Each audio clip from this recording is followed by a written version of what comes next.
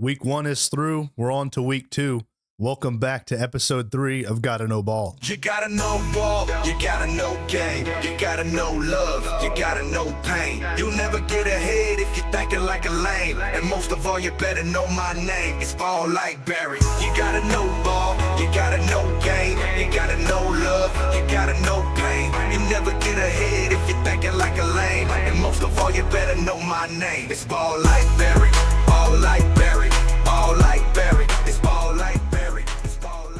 Ladies and gentlemen, friends and associates, welcome back to Gotta Know Ball, and we're not going to waste any time. We are going to debut a brand new segment I'm going to call the Primetime Breakdown.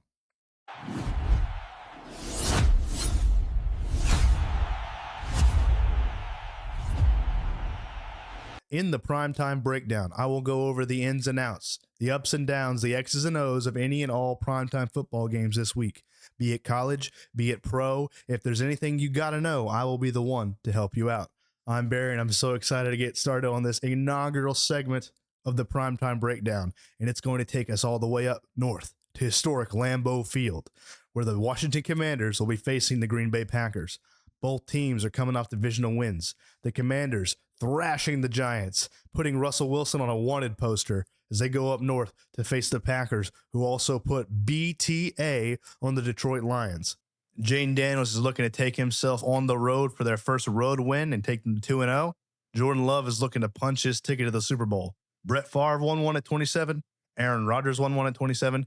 Jordan Love just turned 27. Both these teams have agendas, and they're going to try to knock each other's block off to accomplish them. Jaden Daniels is a dangerous dude. Terry McLaurin is a scary weapon that will terrorize your corners and your safeties. The running back, Bill Krosky-Merritt, starting to heat up. They kind of got rid of Brian Robinson in a hurry. I think they could have still used him, but it is what it is. Bill Krosky-Merritt showing some swag. He got himself his first touchdown last week against the Giants. And on the other side, Jordan Love and the receivers trying to find a wide receiver one in the bunch. Golden is the promising rookie. Jaden Reed and Romeo Doubs trying to establish himself as temporary number ones in the meantime. And on the other side of the ball, the defenses. You got the ageless wonder Bobby Wagner quarterbacking the defense for the Commanders.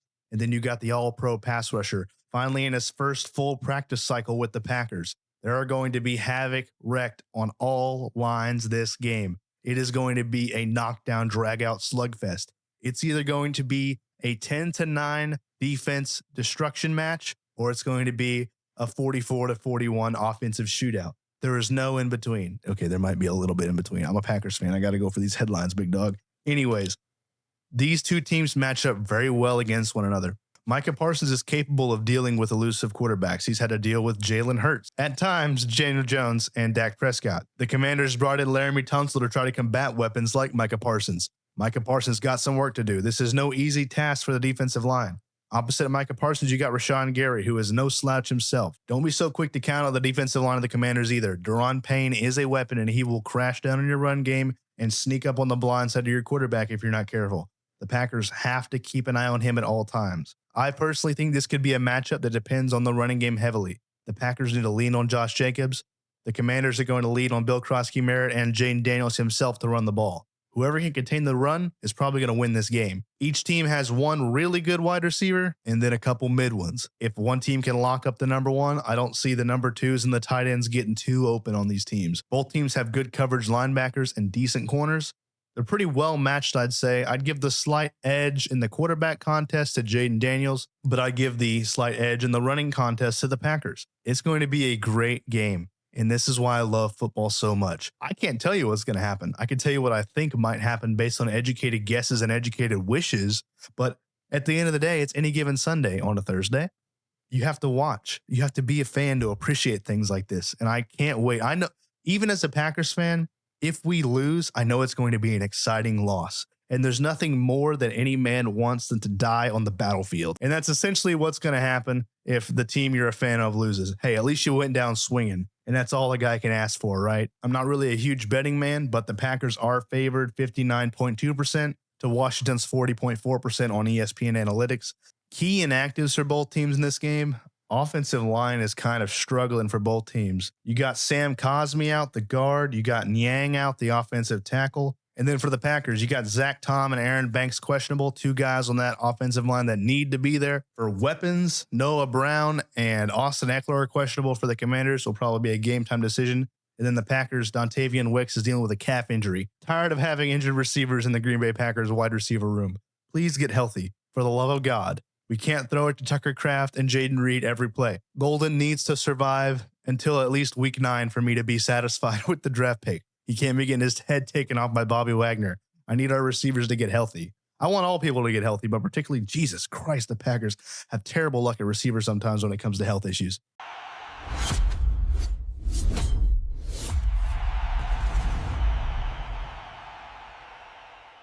All right, next game up on the prime time breakdown. Sunday night football. The Atlanta Falcons headed up north to Minnesota to play the Vikings. Now, the Falcons did lose, but they lost a nail-biter against Tampa Bay. Younghoe Koo with the wide right after he drilled the kick he got iced on. Heartbreaking loss. McLaughlin, the kicker for the Bucs, absolutely got bailed out by the Falcons' miss. Honestly, the football gods were not looking down favorably on the Falcons that game. Then you got the Vikings, who had the miraculous comeback win against the Bears when the Bears collapsed in Chicago last Monday night. J.J. McCarthy is riding the biggest second-year wave I've seen in a long time. Bro has that dog in him. He reminds me of that weird dude from the movie Split. He's got personalities in there we've never even seen. We saw the Beast come out a little bit last week, and you're going to see the Beast come out against the Falcons this week. Michael Penix was putting the team on his back down there in Atlanta. He had several Superman dive past the pylon, past the first down marker, past the goal line to get touchdowns at first downs. He was doing it all out there. I personally think lefty quarterbacks are at a supreme disadvantage in the NFL because coaches have to flip their playbooks to suit their left-handedness. So Michael Penix, in my opinion, is already at a disadvantage, and he's playing hero ball still. He's doing great things. The best left-handed quarterback in Atlanta since Michael Vick. There haven't been any since Michael Vick.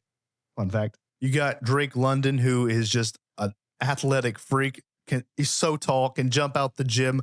Kyle Pitts, who any day now, right?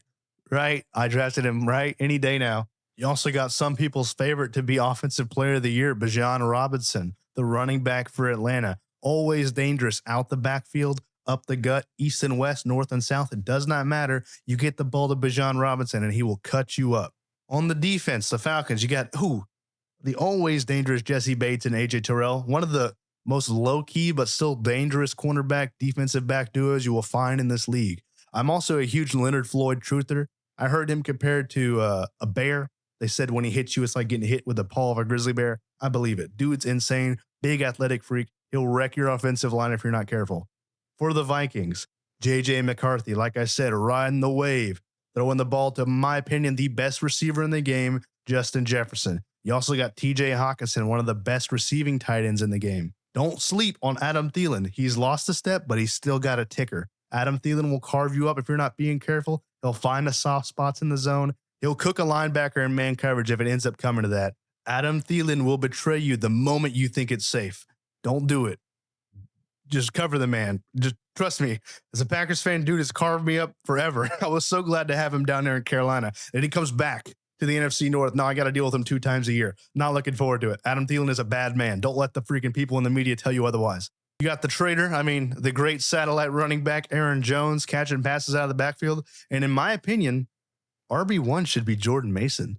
Dude was carving the Bears up. Before J.J. McCarthy got going, I was insistent that Kevin O'Connell, just run the ball with Jordan Mason. He was doing great power runs. They were getting holes open for him. He was chopping through the Bears' defensive line. They really couldn't stop him. In my opinion, he was Offensive Player of the Game last week before J.J. McCarthy's miraculous comeback. So yeah, make sure you feed those running backs, Minnesota, and you're going to be a problem for Atlanta to deal with.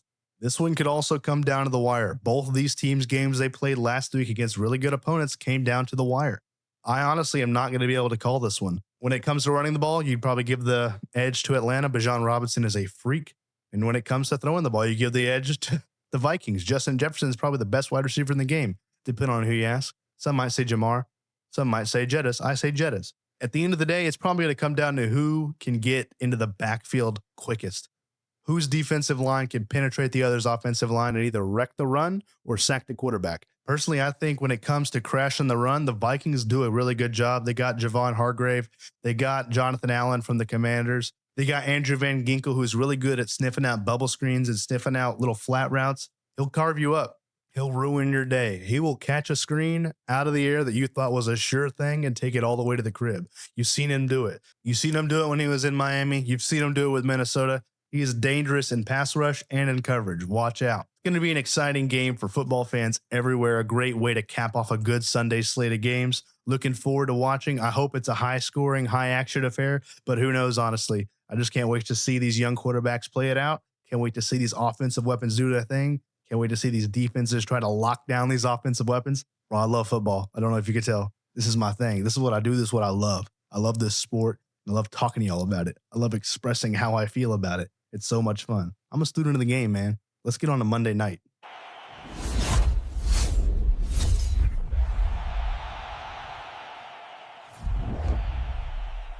We got ourselves a doubleheader Monday Night Football. The Buccaneers versus the Texans, and then right after that, you got the Chargers and the Raiders in an AFC West battle. We'll start with the Buccaneers and the Texans.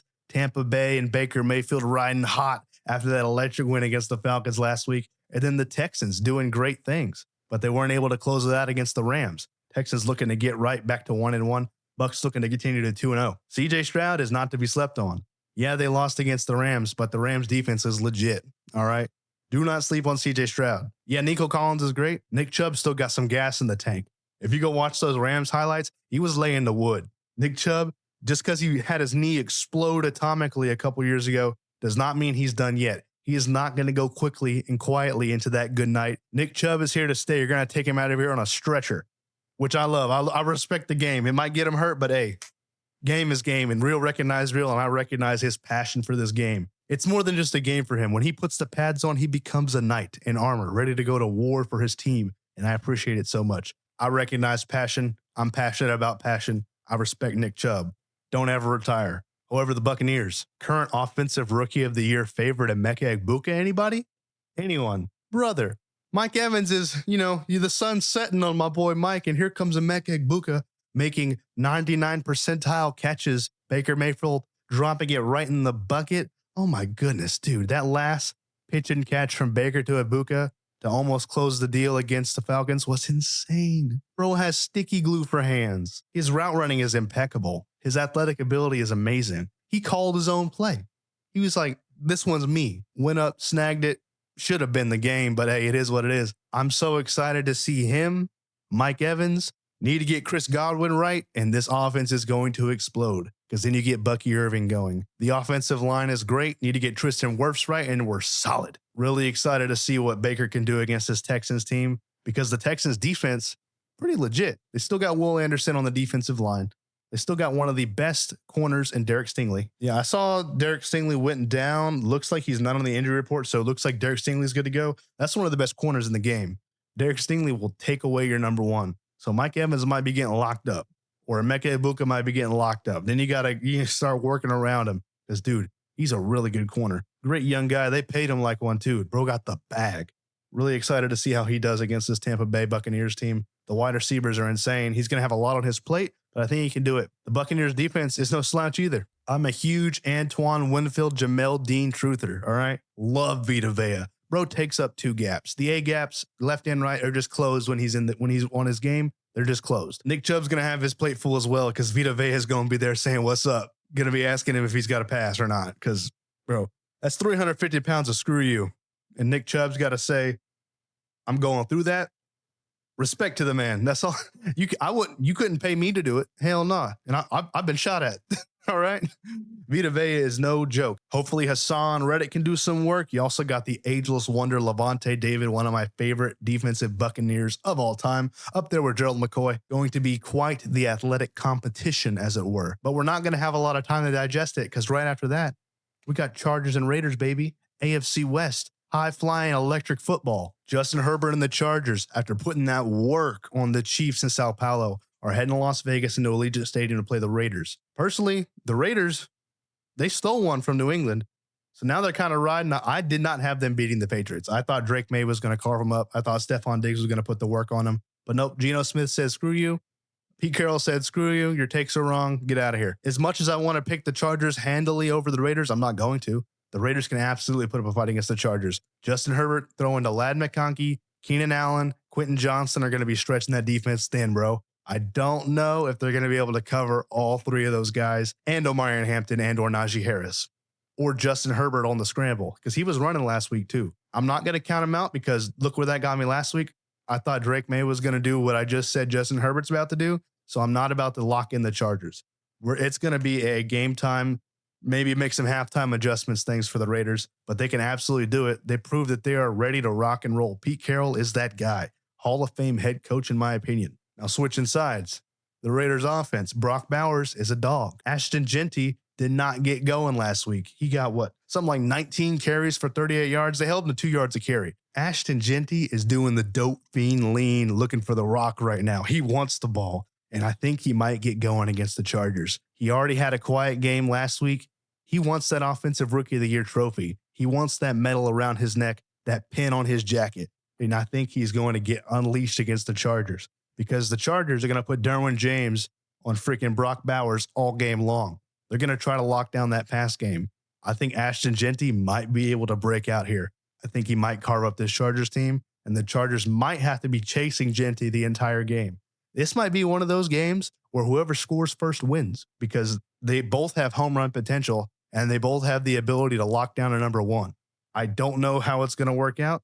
This might be a game that gets decided at the coin toss. We might be seeing 5 quarters of football after this one. We might even be seeing a tie. Who knows? I'm just excited to be watching AFC West football on Monday night. It's the capstone of the week. It's going to be a game to remember. The Chargers under Jim Harbaugh are electric.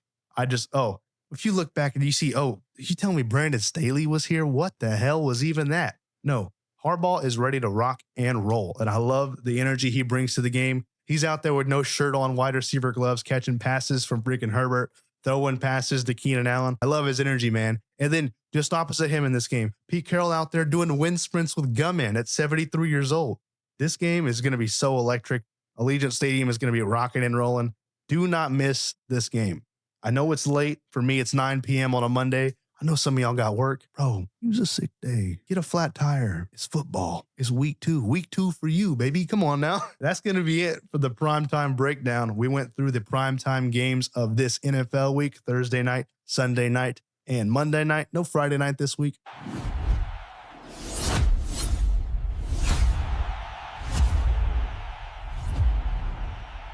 Let's get on to the primetime breakdown for college.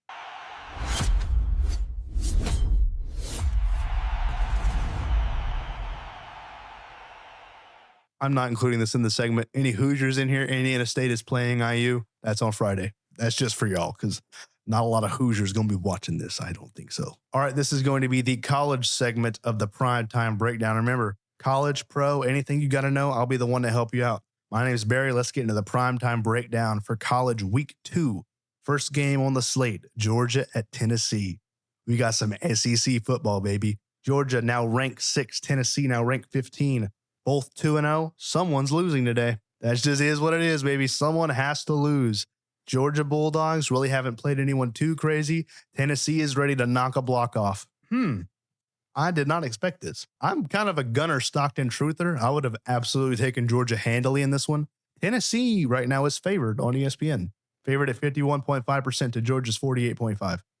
I would not have expected that. Maybe I need to get up on Tennessee game. I watched their highlights last week. I guess I'm just not familiar with their game or how they play against these heavy SEC opponents. This is each team's first ranked matchup, so I'm really not going to be able to include any of the blowouts from earlier in the year. SEC is kind of any given Saturday type football, especially when both teams are ranked. I know everyone beats up on Vanderbilt, but other than that, SEC football goes kind of hard. I'm excited as an OU fan to finally be in the SEC because, dude, our schedule went from being Bedlam in the Red River rivalry and maybe one other ranked opponent to, dude, OU's schedule is crazy. And this is what Georgia and Tennessee fans have been dealing with this entire time. Oh, my goodness. Anyways, tune in to Georgia at Tennessee, 2:30 on Saturday Central Time. That's on ABC. If any of you happen to be perusing the CW at 3:30 on Saturday, you might find yourselves watching number 18 USF play number 5 Miami. That's Florida ball. You know, the Jets down there run fast down in Florida.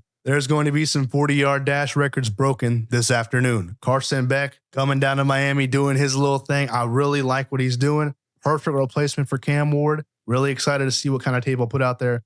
And USF with the massive upset against Florida last week. Dude, I was trying to get hype for the OU Michigan game. I was like, oh, this is the only game that matters this week. Crazy. And then here goes Florida getting knocked out of the top 25 in the new poll. USF put themselves on the map with that one. They are here.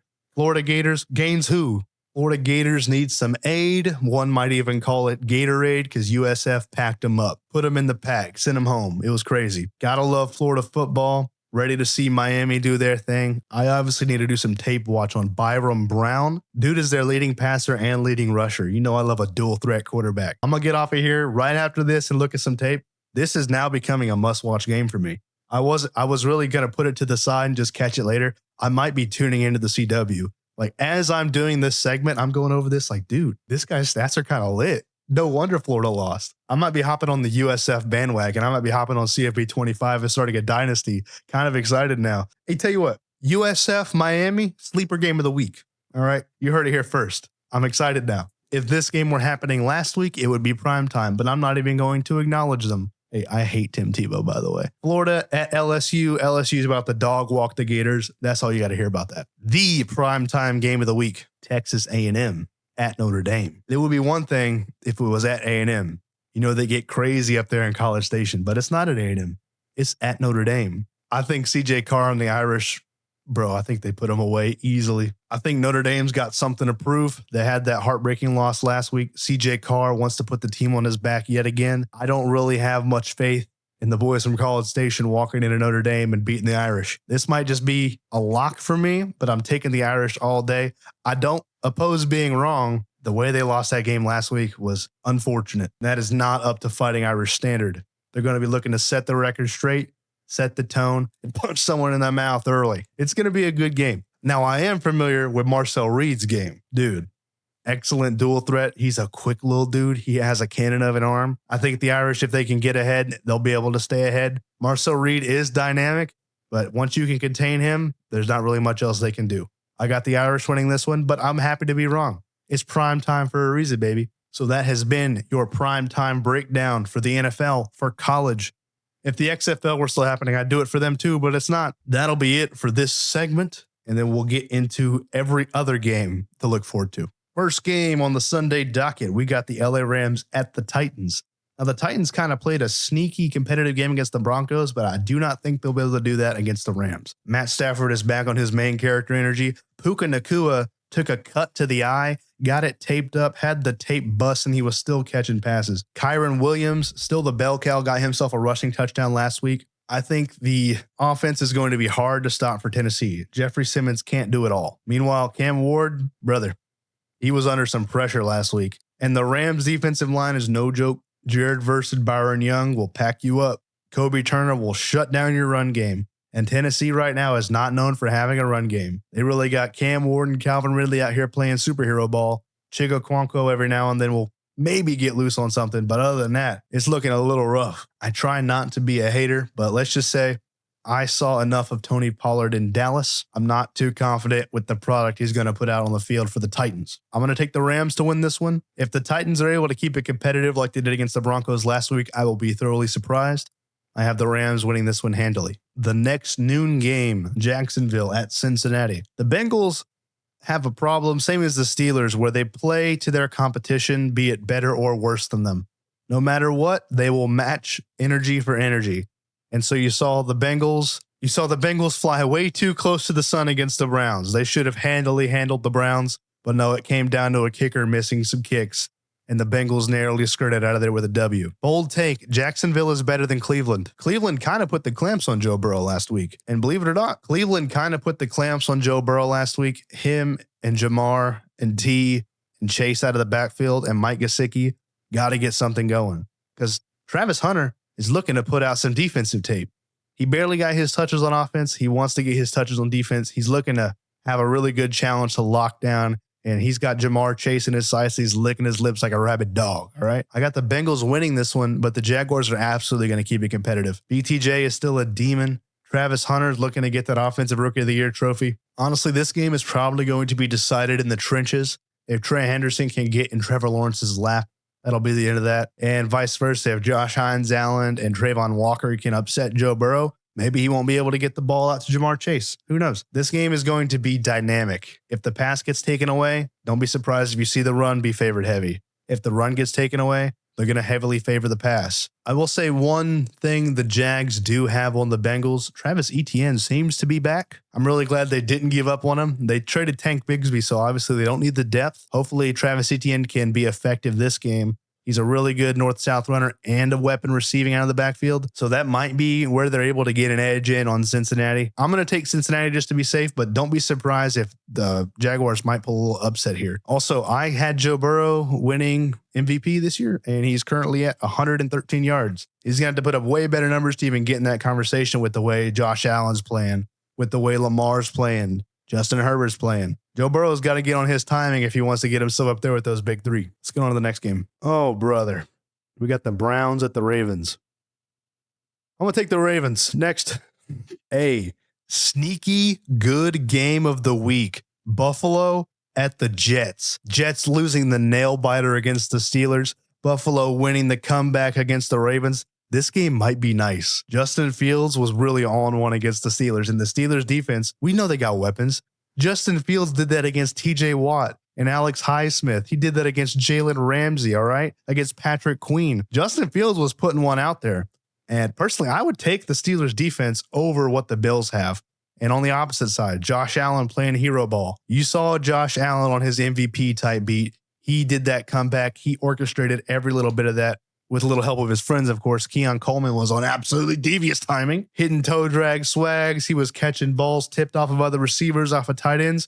Keon Coleman might be that dude. He's tall. He can jump out the gym. He's got vice grip hands. Ready to see the second-year come-out party for Keon Coleman. Both teams also have electric running backs. James Cook just got paid. Breece Hall is that dude. He had a quiet year last year. Don't count him out, and he's lethal from the backfield. He's lethal receiving the ball. He'll line up in receiver and take a couple receptions that way. He is good to go. Also, you got Garrett Wilson, absolute phenom, with his buddy Justin Fields. They both play together at Ohio State.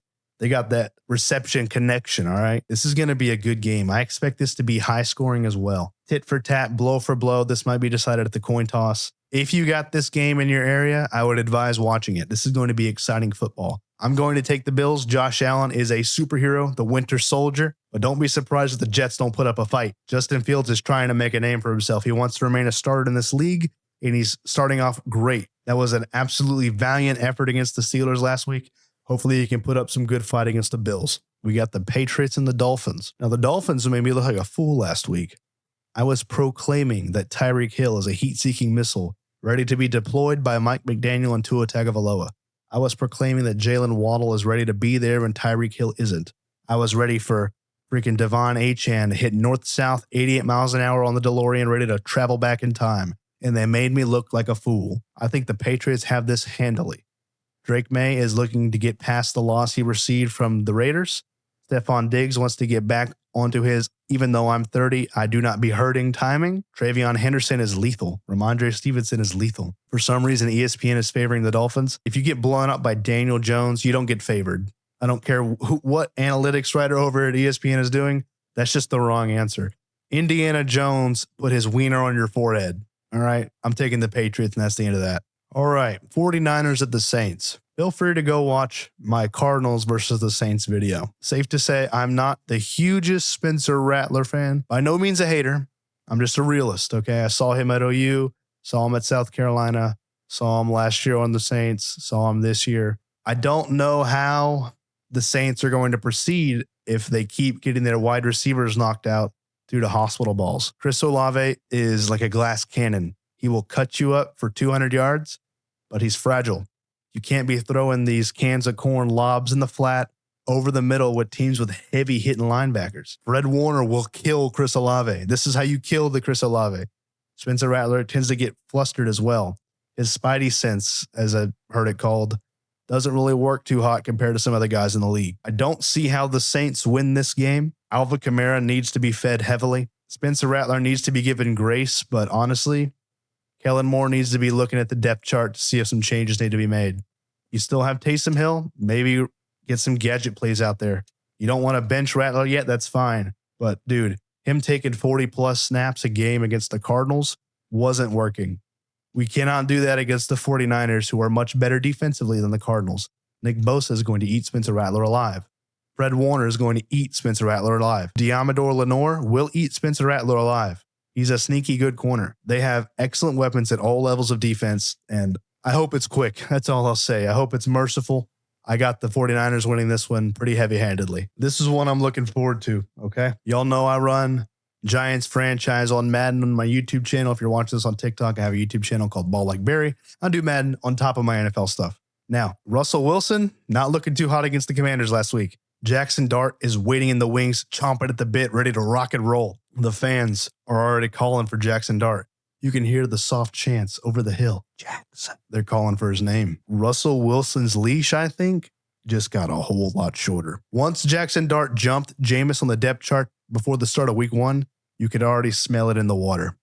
Blood. He smells it. He is hunting. Russell Wilson maybe has a game or 2 left of meh play before Jackson Dart is in there. And if they lose to the Cowboys by anything more than a touchdown, Brian Daboll is going to be having to answer some questions and explaining why Russell is still the starter. This game might not be interesting to watch, but its implications are insane. There's going to be a new QB1 in New York very soon. Russell Wilson is not there for the long haul. Dak Prescott is looking to have a get-right game. CeeDee Lamb is looking to have a get-right game. You know, they thought that they had the Eagles game in the bag, especially after they got Jalen Carter ejected. They should have been doing that. But CeeDee had the drops. Miles Sanders had the fumble. That entire offense is looking to get right. The defense is looking to prove they don't need Micah Parsons to be effective. The Cowboys smell the blood too. They would love for Russell Wilson to get benched and have Jackson Dart come in there unprepared.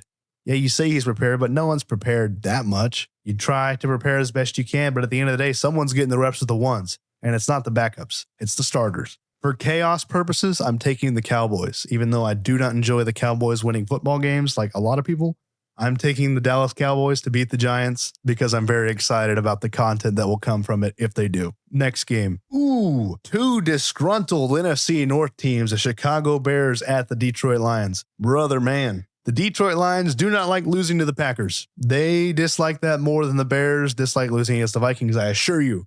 The Lions hate losing to the Packers, especially in such a heavy-handed fashion. Micah Parsons came in off the red eye and was able to sack Jared Goff. That was embarrassing for the O-lineman. That whole offensive unit is about to go to work on Chicago. Chicago's going to be leaving with some bruises. Caleb Williams is going to be fighting even more allegations. He had a great first half, in my opinion, had a great first half against Minnesota, and it all fell apart. Detroit does not have a question mark at quarterback like Minnesota had. They have an established veteran with established weapons. Amon-Ra St. Brown, top 10 wide receiver in the league.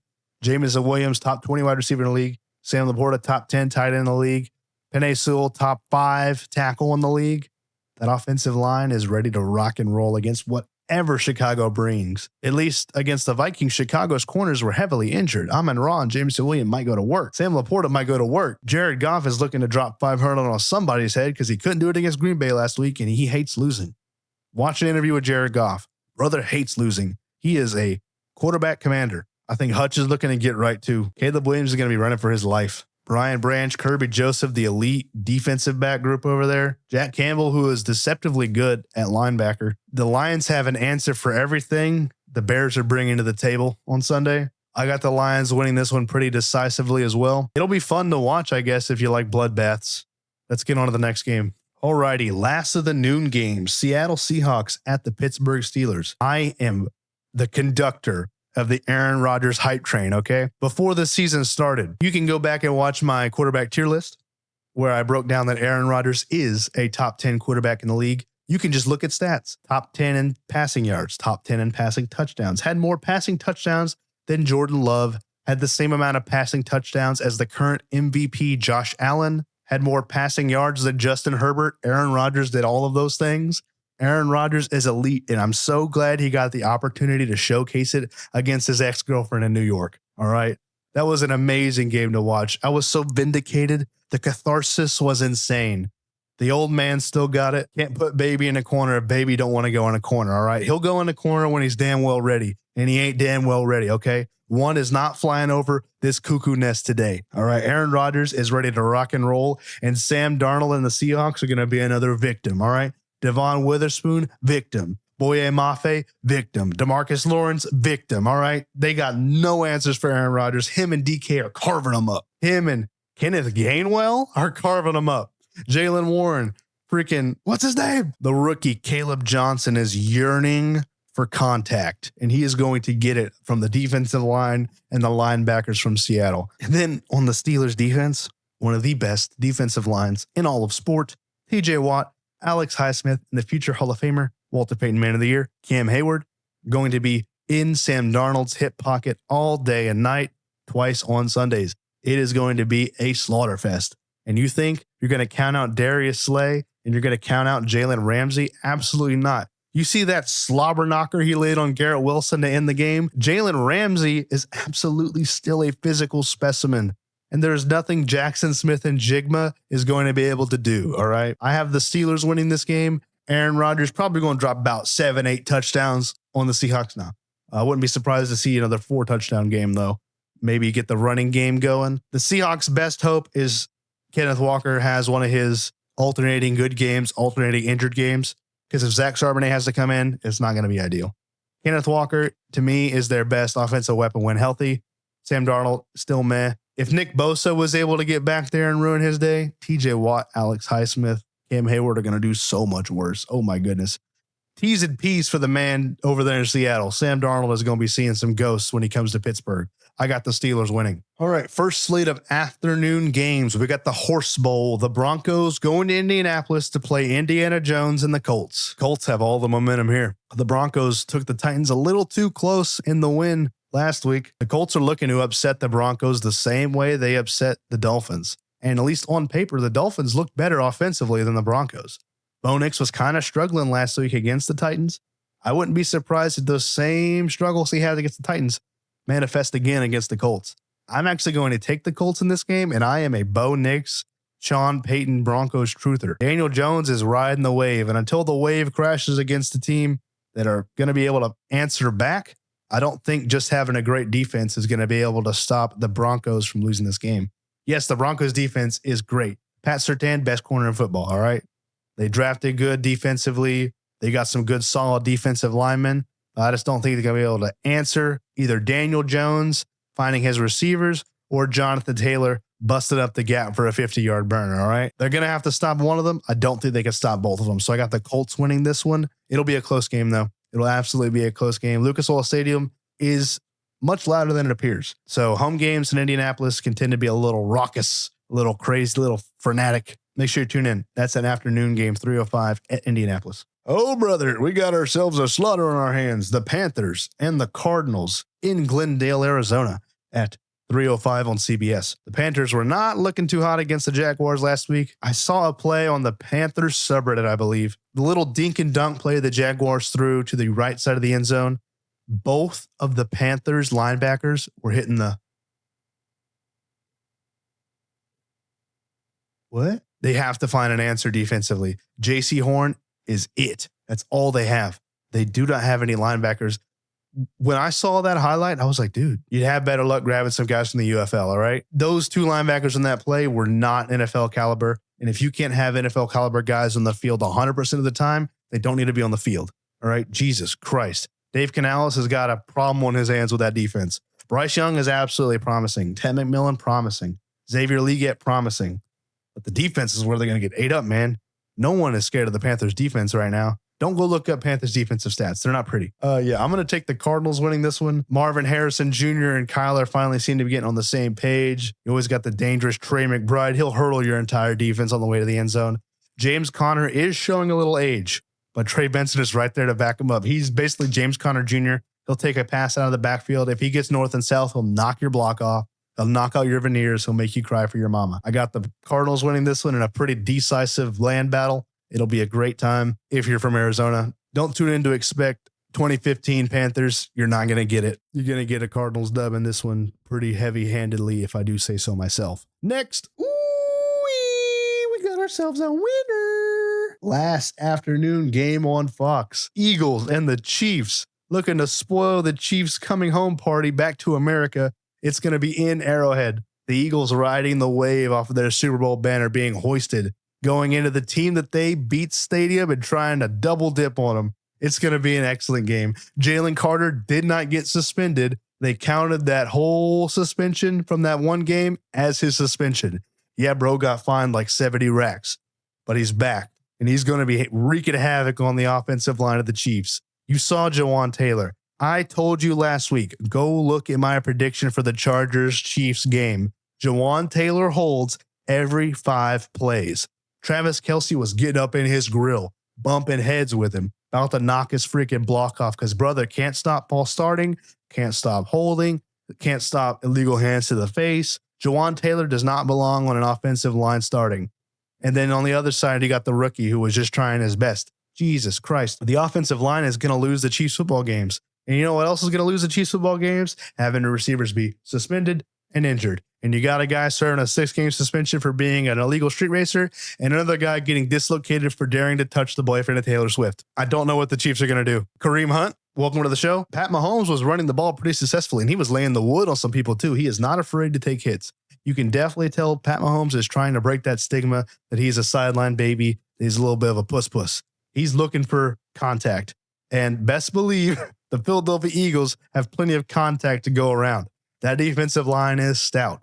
The corner room is stout. The great white hope, Cooper DeJean, ready to rock and roll. Reed Blankenship taking heads off of people. He absolutely destroyed that Cowboy last week. Luckily, he didn't get ejected from the game. Also, the young guy, Quinyon Mitchell, got the fumble recovery. He's always got his head on a swivel. He's ready to rock and roll. No one's sneaking up on Quinyon Mitchell.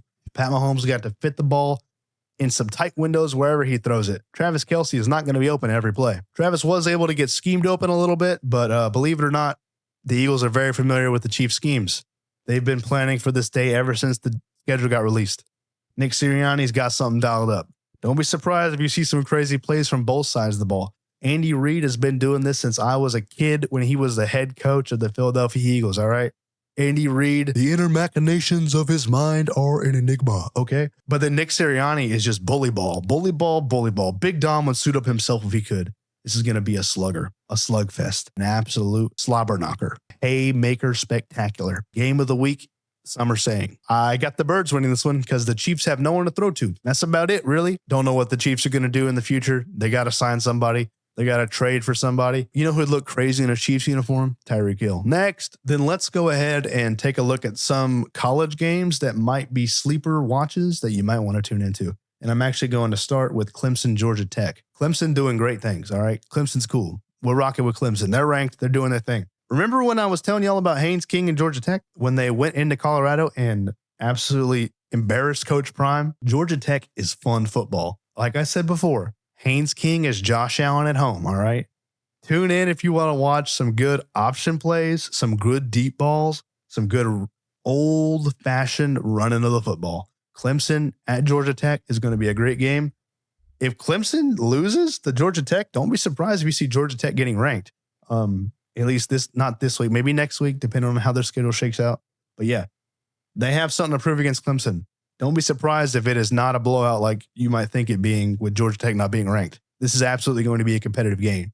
Haynes King is that dude, all right? Dabo Swinney's going to have to coach his ass off in this one. Next up, sleeper pick. Y'all already know. Boomer, Sooner, all day, every day, twice on Saturdays, 3 times on Sundays, then back around on Mondays. John Mateer is going to win the Heisman Trophy, and he's going to do it by beating teams like Temple 70-0. John Mateer has one of the strongest arms I have seen in college sport. He is throwing the ball so hard, his receivers can't catch it. They can't close their hands fast enough. He's going to break somebody's finger. He's an absolute gunner.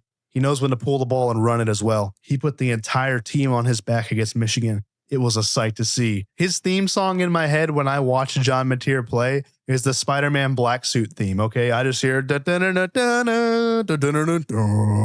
anytime John Mateer rolls up under center, hits him with a snap count, hits him with a deep bomb, pulls the ball himself and is trucking somebody, John Mateer is Black Air Force energy incarnate.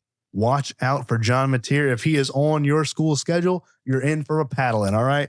Temple losing 103-0. Next. That's about it, actually. Ain't a lot of good. You got the Battle of the Mormons versus the Battle of the Cowboys, Utah at Wyoming. That'll be on for some good late nightcap football at 7 p.m. on CBS.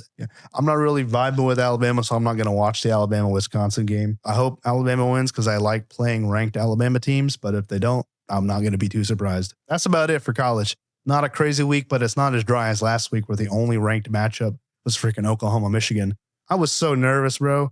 We were on the national stage against Michigan. Bryce Underwood is like the next heir apparent to become Heisman back-to-back-to-back #1 recruit in the nation. He's coming into Norman and playing my team with a transfer that we're hoping is as good as he was in the first week. He is. Anyways, that's about it for college football. Let's get some closing notes and get this thing wrapped up.